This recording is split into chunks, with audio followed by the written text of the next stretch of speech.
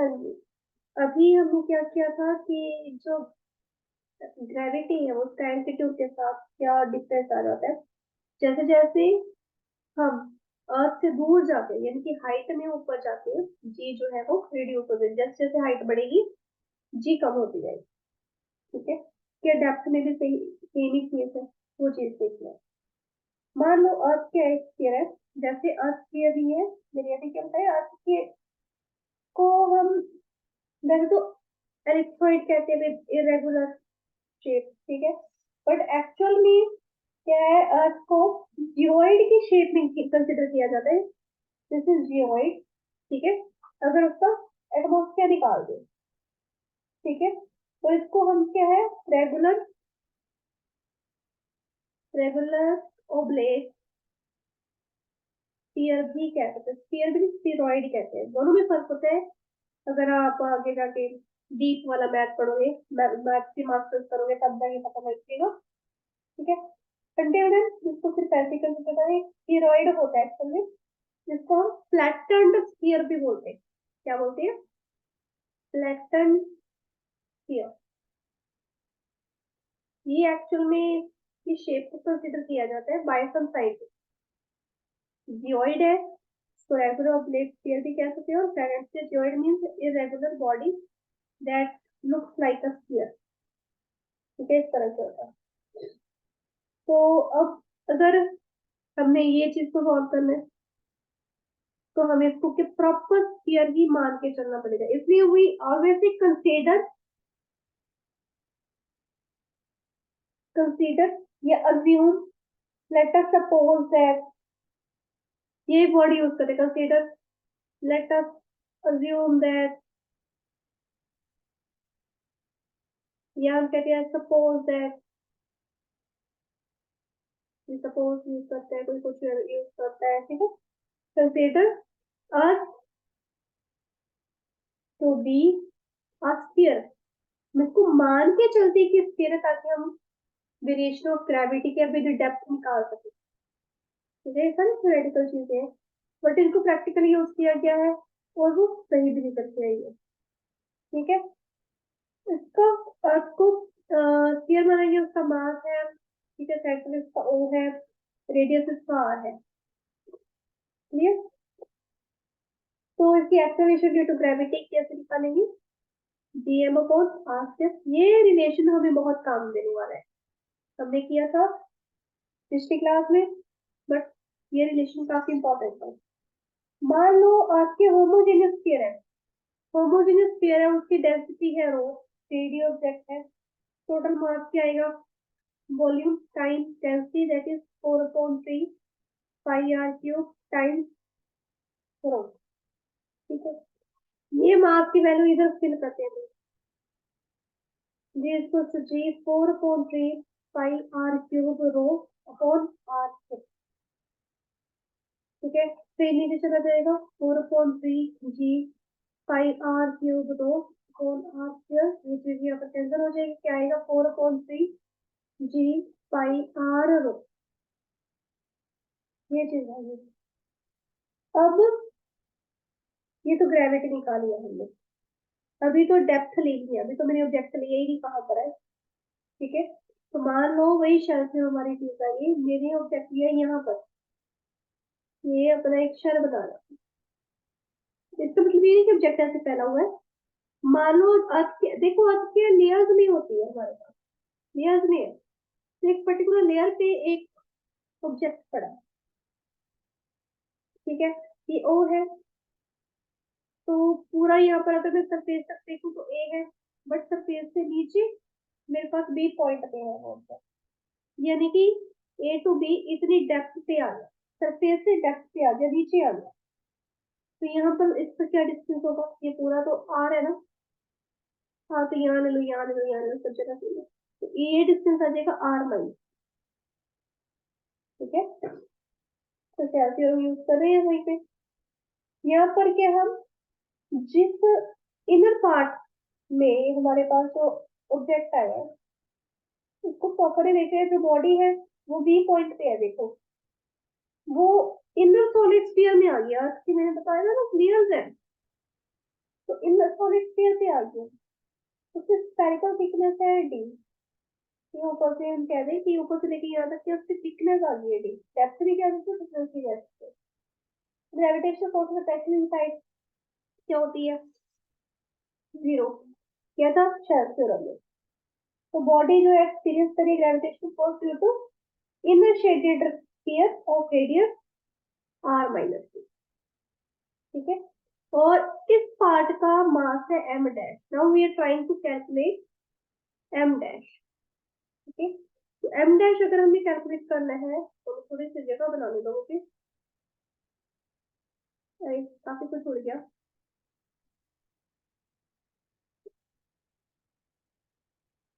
ठीक है,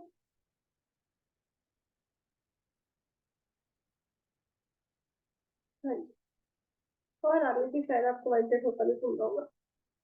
हाँ जी, m डैश निकालना है हमें। ठीक है, क्या आएगा, इसी से उठा लेंगे, इसी से 4/3 पाई, यहाँ से उठाना है, r की बजाय आ जाएगा r minus T C cube rho. इसको जब हम एल्टीट्यूड हमारा कर रहे थे, वो एक हाइट पे जा रहा था, तो हम जी एच निकाल रहे थे, है ना, जी एच ले रहे थे कैसे रिड्यूस हो रही है, या फिर ये नहीं जा रहा है डेप्थ पे जा रहा है, तो जी डी क्या आएगा, G M dash upon R minus T की होल स्क्वायर। तो दिस एम की जगह एम डैश, आर की जगह पे आर माइनस टी की होल स्क्वायर। ठीक है, क्या आपको चलिए। अब देखिए यहाँ पर अगर मैं एम डैश की वैल्यू यहाँ पर फिलिंग करूँ, यहाँ पर क्या आएगा, G upon R minus T की होल स्क्वायर इधर into 4/3 pi R minus T की होल क्यूब टाइम्स रो। फिर जिस कैंसल, जी डी आ जाएगा, G 4/3 pi R minus T rho, है ना, ये चीज आ गई। अगेन क्या करेंगे, अब रेशो निकालेंगे जीडी की जी के साथ, जीडी रेशो जी यहाँ पर करी हूँ लेफ्ट हैंड साइड पे, जीडी रेशो जी मेरे पास क्या आ जाएगा, 4/3 g pi R minus T rho upon 4/3 g pi R rho. कौन सी टर्म में कैंसिल होने वाली, ये दोनों, और ये पीछे के बच्चा आर माइनस टी अपॉन। ठीक है, आर कॉमन निकाल लो, 1 - T upon R upon R, उसमें अपॉन में था और ऊपर पावर थी, जिसमें एल्टीट्यूड वाले में 1 + h अपॉन आर था, डिनोमिनेटर में था, पावर थी ऊपर जाके गया तो बाइनोमियल थ्योरम लगी थी, इसमें कुछ करने की जरूरत नहीं है, तुम्हारा इजी निकलता है। ठीक है, जीडी आ जाएगा जी टाइम्स 1 - टी अपॉन आर। तो इससे क्या पता चल रहा है, जो एक्सेलरेशन ड्यू टू ग्रेविटी है वो भी डिक्रीज हो रही है विद इंक्रीज इन डेप्थ। देखो बेटा आगे डेप्थ के आगे नेगेटिव साइन आ गया, है ना, तो जैसे जैसे डेप्थ बढ़ेगी एक्सेलरेशन ड्यू टू ग्रेविटी तब भी कम होगी। ये नहीं है कि सेंटर की तरफ ऑब्जेक्ट जा रहा है तो उसकी जी बढ़ेगी, no, that is not possible. जब वो सेंटर की तरफ जाएगा तब भी जो जी है वो कम ही लगेगी।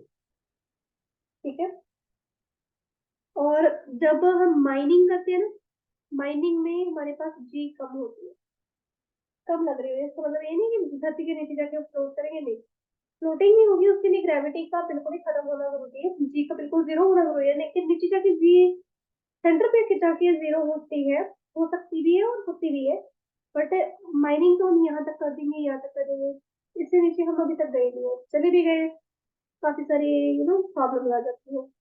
मान लो यहाँ तक भी चले गए, सेंटर यहाँ पे है, यहाँ तक भी चले गए, स्टिल हमारे पास जी की कुछ वैल्यू होगी जो कम होगी, बहुत कम होगी। ठीक है, now how much weight of the body at the centre of the earth lies. Centre of the earth पे देखो बेटा, एक चीज है, इसको और पेन से करते हैं, at centre of earth, right side आ जाओ, मेरे साथ यही होता है, सेंटर ऑफ अर्थ कोई डेप्थ नहीं, जितनी डेप्थ है जहां पर आ गया आप, यहाँ पर जितनी आर थी उतनी डी है, डी और आर की बात होगी, और यहाँ तो देखो आर भी क्या है, जीरो। वैसे तो सेंटर पे रेडियस तो लग ही नहीं रहा, वैसे तो आर ही जीरो यहाँ पर देखा जाए, बट हम इसको ऐसे डायरेक्टली कह सकते कि रेडियस जीरो हो गया, और उसका रेडियस कैसे जीरो हो सकता है? तो हमारी अजम्पशन होगी।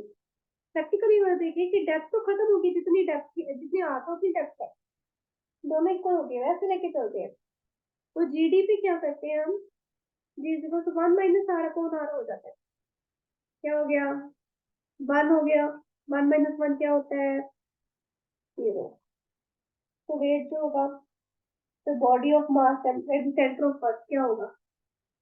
एम जी होता है ना। डेप्थ का निकाल रहे हैं, सेंटर ऑफ अर्थ को जीडी लगेगा। जब यही टर्म जीरो है तो वेट भी जीरो हो जाएगा, वहां पर वेटलेसनेस होगी। ठीक है, वेट ऑफ द बॉडी पे सेंटर ऑफ अर्थ से जीरो हो जाता है, पर मास जीरो नहीं होता। मास कभी उस नहीं रहेगा, वेट जीरो हो जाएगा।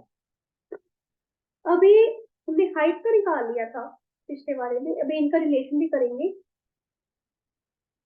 क्या रिलेशन करना है? Relation between height and depth for the same change in D, ये चीज जरूर देखना, सेम चेंज इन डी। देखो हाइट वाले का हमने जी कैसे निकाला था? जी इंटू 1 - 2h/r, बाइनोमियल थ्योरम लगाई थी। और 2h/r से हमने आगे कुछ ये किया था, क्योंकि आगे बहुत ज्यादा निग्लेक्टेबल वैल्यूज आ रही थी, तो वहीं पे रुक गए थे। ठीक है, बस करके खत्म हो गया था बाइनोमियल का। डेप्थ में हमने अभी निकाला है जी इंटू 1 - d/r। ठीक है, तो इन दोनों की ये हमने रिलेशन निकाला। देखो, सेम चेंज इन टी की बात हो रही है, यानी कि कोई ऑब्जेक्ट जितना ऊपर गया और उसी के साथ कोई ऑब्जेक्ट नहीं उतना ही नीचे गया, जितना ऊपर उतना नीचे। दैट मीन्स जी एच और जी डी इक्वल हो गए, सेम चेंज आया ना, इक्वल हो गए। तो 1 - 2h/r equals to ji times 1 - d/r। नीचे तो ये जी के साथ जी cancer, 1 - 2h/r equals to 1 - d/r। अब देखिए, वैसे तो बार बार वन यहीं से कैंसिल हो रहे हैं, बट समटाइम्स बच्चों को नहीं पता चलता। अगर मैं इसको इस साइड लेके जाऊँ, -2h/r plus d/r equals to 1, ये वाला 1 इधर ले जाऊँ, -1 हो जाएगा, दूसरी जीरो हो जाएगा, डिस्टेंस होके जीरो हो जाएगा। तो इसको सीधा ही कर देते हैं, -2h/r इक्वल्स टू -d/r, ये वापस इधर आ गया, नेगेटिव नेगेटिव कैंसिल हो गया। ठीक है, अब देखिए 2h/r d/r, आर और आर भी कैंसिल हो जाएंगे, क्या बचा? 2h जो है बीच में लगा, यानी कि दोनों में सेम चेंज कब आएगा? एक्सेलरेशन ड्यू टू ग्रेविटी, कितनी हाइट ऊपर जा रही है, कितनी डेप्थ नीचे जा रही है, तब सेम चेंज कब आएगा? जब डी जो है हाइट का डबल हो। ठीक है, डेप्थ जो है वो जितनी हाइट हुई है उसको डबल आए, तब ये चीज पॉसिबल है। तब फिर ये फैक्ट कब होगा? जब एच बहुत बहुत कम होगा, आर से बढ़ गया, रेडियस ऑफ अर्थ से बढ़ गया। देखो वो आपके बाहर निकल गया है इस तरह से, क्योंकि एटमोस्फेयर इतना भी ज्यादा नहीं है हमारा, तो ये हमारी अर्थ है। ठीक है, तो आज बहुत बहुत कम एच जो है बहुत बहुत कम होनी चाहिए अर्थ से, तभी होगा। ठीक है, एक और छोटा सा न्यूमेरिकल देखते हैं, कितना, how much below the surface of अर्थ, लिखते हैं मैं, how much below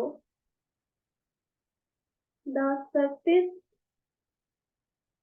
of earth does the acceleration due to gravity become 1% of its value at the earth surface। ठीक है, क्वेश्चन समझ में आया क्या है?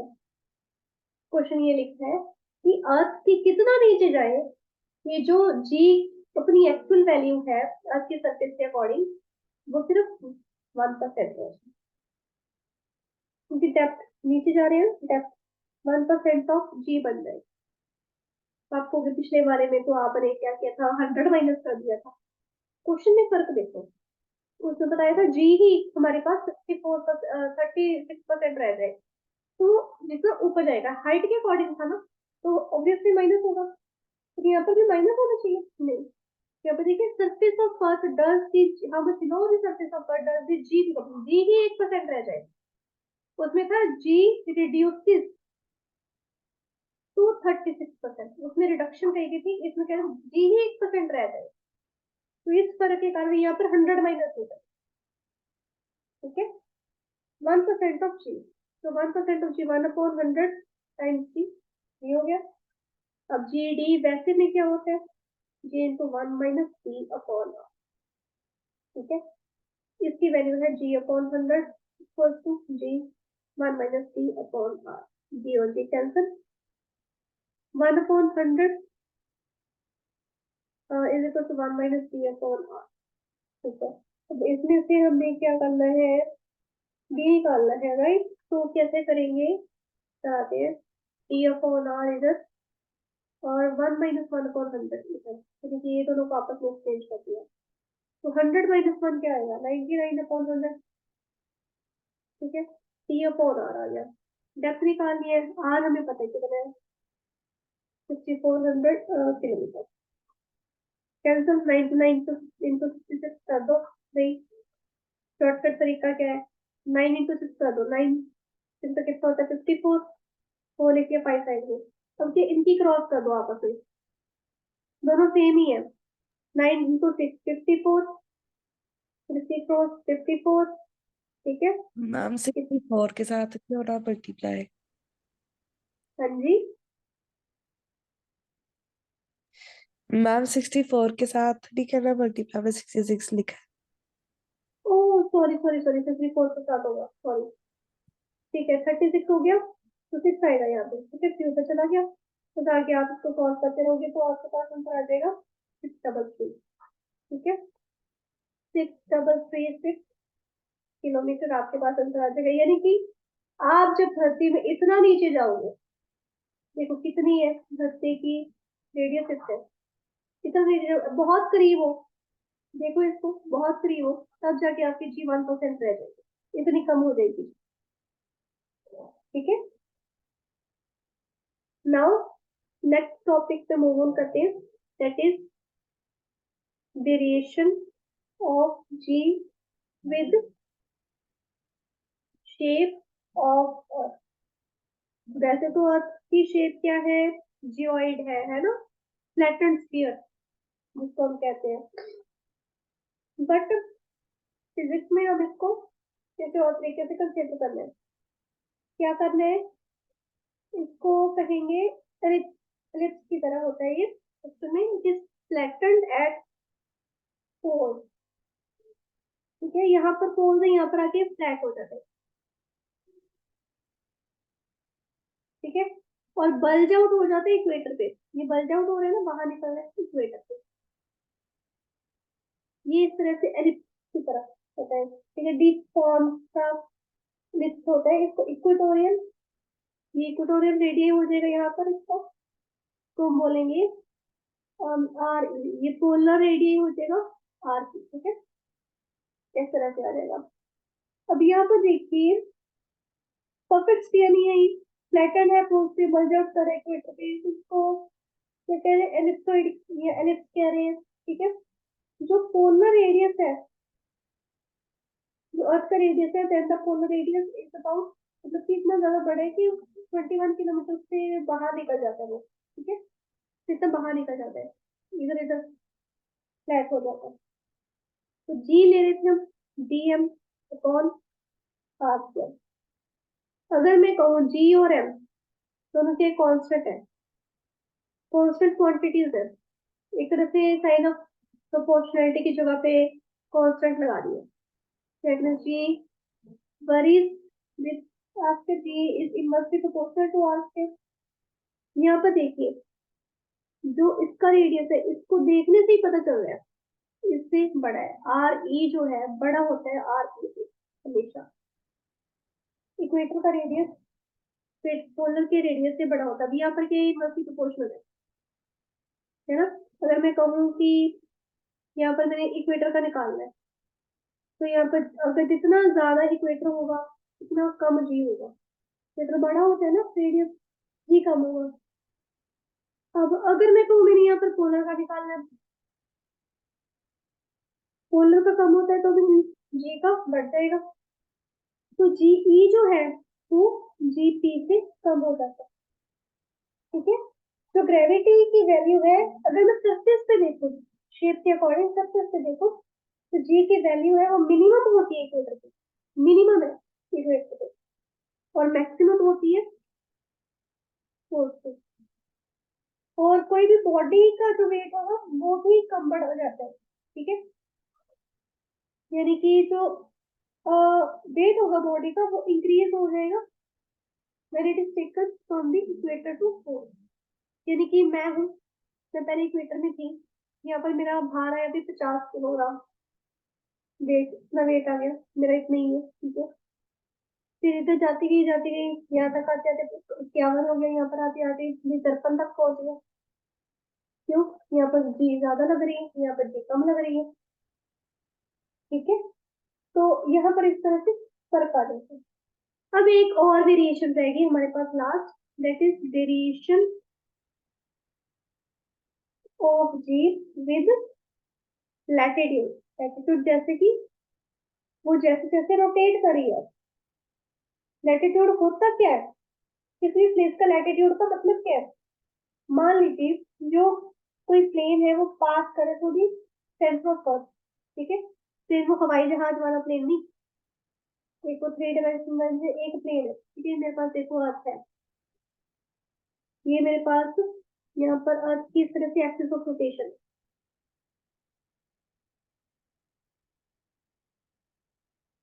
और यहाँ से सेंटर से मेरे पास इक्वेटोरियल प्लेन है। ठीक है, इक्वेटर से जा रहा है ना, इक्वेटोरियल प्लेन आ रहा है ये। ठीक है, ये अगर मैं इसके अराउंड देखूं तो मेरे पास इस तरह से लेयर बन गई है अच्छी, ये ऐसे। अब देखिए ये जो प्लेन है सेंटर से जा रहा है, तो perpendicular to the axis of rotation, यहाँ पर देखिए। ठीक है, इसको इक्वेटोरियल प्लेन कहते हैं। जो लैटिट्यूड है किसी भी प्लेस का, इसको डिफाइन किया जाता है as the angle with which the line joining of a place to the centre of earth. एक मिनट, ये इसको ऐसे दिखाती हूँ मैं, ऐसे क्लियर हो जाएगा अभी। हाँ, ये लैम्डा आ गया। क्या होता है ये? Angle with which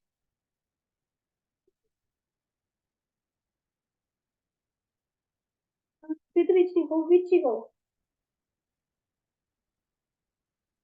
line joining the place to the centre of earth makes with equatorial plane. क्या होता है इक्वेटोरियल प्लेन से, तो उधर जहां पर जो सरफेस पे हमारे पास जो ऊपर ऑब्जेक्ट है वहां से लेके यहाँ तक जो है एंगल बनता है, इसको हम क्या कहते हैं? लैटिट्यूड कहते हैं। ठीक है, मान लीजिए यहाँ पर पी ऑब्जेक्ट है, ओ ये कुछ पी ओ, ये एंगल मेरे पास लैम्डा आ रहा है, तो लैम्डा क्या जीरो होगा ऑब्वियसली। यहाँ पर इक्वेटर पर यहाँ पर लैम्डा जीरो होगा, और यहाँ पर कितना हो जाएगा पोल्स पे, ये पोल्स है ना ऑब्वियसली, पोल्स यहाँ पर ये 90 हो जाएगा। जब उस साइड जाओगे यहाँ पर ये 180 और यहाँ पे 270, वही बात आती है। ये लैटिट्यूड है। अकॉर्डिंग टू लैटिट्यूड ऑफ ये रोटेशन ऑफ अर्थ जी के ऊपर क्या इफेक्ट पड़ता है, इसको अच्छे से देखते हैं। अर्थ क्या रोटेट करती है अपने पोलर एक्सिस के अबाउट, हर एक पार्टिकल जो है सरफेस के ऊपर बैठा है, वो भी रिवॉल्व करता है, हम भी साथ साथ में घूम रहे हैं along the horizontal surface। हम क्या horizontal surface के अकॉर्डिंग घूम रहे हैं इस तरह, क्यों? यहाँ पर पोल्स है, अर्थ ऐसे घूम रही है तो हम हॉरिजॉन्टल सर्कल इस तरह से घूम रहे हैं इसके साथ, इस तरह से घूम रही है। तो क्या है, मान लीजिए अब हॉरिजॉन्टल सर्कल को हटा के यहाँ पर आ जाए, मेरे पास एक पॉइंट पी है। तो ये मान लीजिए मेरे एक मास है that is lying on point P here. ये whose latitude is lambda. इसका latitude क्या है? इक्वेटोरियल प्लेन पे यहाँ पर यहाँ से लेके ऐसे जाएगा, ठीक है। तो इसको यहाँ से जो ये लाइन है इसको प्रोड्यूस करते हैं इक्वेटोरियल प्लेन की लाइन से, ठीक है। इस तरह क्योंकि इसके पैरेलल ही है ना, यहाँ पर ये चीज इसके पैरेलल है, यहाँ पर यहाँ से लैम्डा बन जाएगा हमारा, ठीक है। और जो इसके अकॉर्डिंग होगा प्लेन इस तरह से, थोड़ा सा इसको अज्यूम करना पड़ता है, ठीक है। हाँ जी, ये लैम्डा बना रही है। अब आज के रोटेशनल मोशन में है तो इसकी एंगुलर वेलोसिटी भी होगी ओमेगा, ठीक है। अब जो इसकी एंगुलर वेलोसिटी इस तरह से है यहाँ पर, राइट। तो इसके अकॉर्डिंग अगर मान लो ऑब्जेक्ट यहाँ पर है, इसको और पेन से करते हैं, ऑब्जेक्ट यहाँ पर है और इसके सेंटर की तरफ इसका मास रहेगा ना एम जी, ये इधर इसकी लग रही है ओमेगा एंगुलर वेलोसिटी। यहाँ पर अगर मैं इसकी दो रेक्टेंगुलर कंपोनेंट निकालने की कोशिश करूँ, मेरे पास आ जाएगा M R omega square cos lambda with respect to lambda निकलेगा, यहाँ पर आएगा M R omega square sin lambda. अब आर क्या है? ऑब्वियसली ये वाला डिस्टेंस, ठीक है। ये सी एक तरह से सेंटर ऑफ अर्थ है, सेंटर वाली लाइन चल रही है हमारे पास।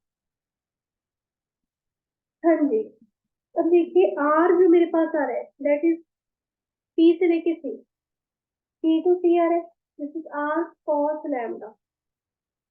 आर रेडियस है ना हमारे पास, radius of earth times cos lambda आ रहा है, ठीक है।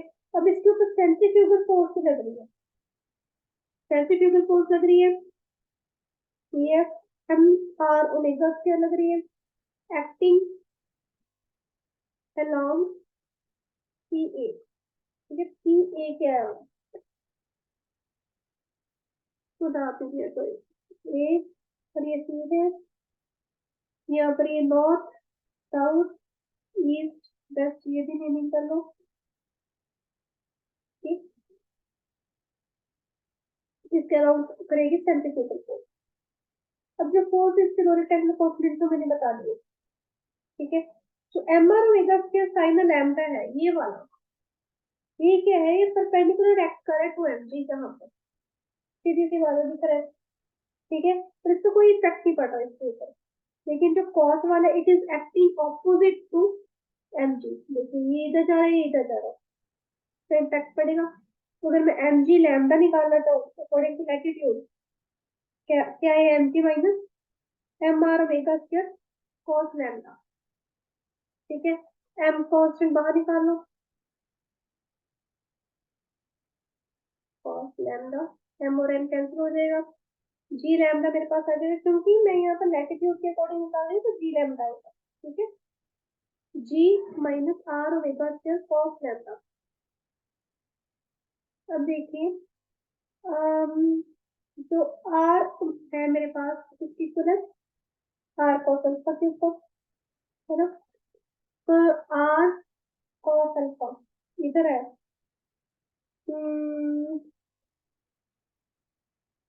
जैसे सीधा ही आर बन सकता है,